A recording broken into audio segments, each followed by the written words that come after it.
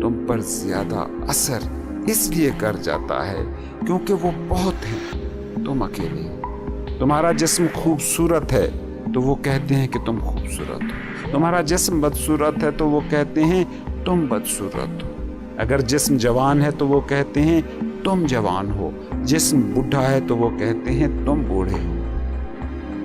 لیکن تم چاہے 10 سال کی عمر میں آئینے کے سامنے کھڑے ہو جاؤ یا 100 سال کی عمر میں، آئینے میں تمہیں بچہ دکھائی دے، بوڑھا دکھائی دے یا جوان دکھائی دے، مگر تم جانتے ہو یہ میں ہوں۔ باہر والے بہت ہیں، تم جو اندر ہو وہ اکیلے ہو، اس لیے تم بہت سوں کی رائے کو مان لیتے ہو، اپنے اکیلے کی رائے کو رد کر دیتے ہو، اسی لیے ہی خود کو جسم مان لیتے ہو۔ لیکن باہر والوں میں کوئی ایک بھی تمہاری روح کو نہیں دیکھ پاتا، اس کانشیسنس کو نہیں دیکھ پاتا کہ جس کے دائرے میں یہ سارا زندگی کا کھیل ہو رہا ہے۔ تم سمجھتے ہو کہ یہ دنیا ہے اور اس میں تم ایک جزو ہو، لیکن حقیقت بالکل اس کے الٹ ہے۔ تمہارے شعور کے دائرے میں جو آ جاتا ہے وہی ہے تمہاری دنیا، وہ دنیا کہ جو تم خود تخلیق کرتے ہو۔ پرانے دور کے ہندوستان کی ایک کہانی ہے۔ ایک بادشاہ تھا جس نے پنڈتوں مولویوں کی ایک بڑی محفل منعقد کی کہ جو اسے زندگی کے راز، حتمی سچ کے بارے میں کچھ بتا سکے۔ سارے عالموں پنڈتوں کو اس محفل میں بلایا گیا۔ بادشاہ نے کہا کہ جو بھی حقیقت کو اس کے سامنے کھول کے رکھ دے گا وہ اسے بہت سے انعامات سے نوازے گا۔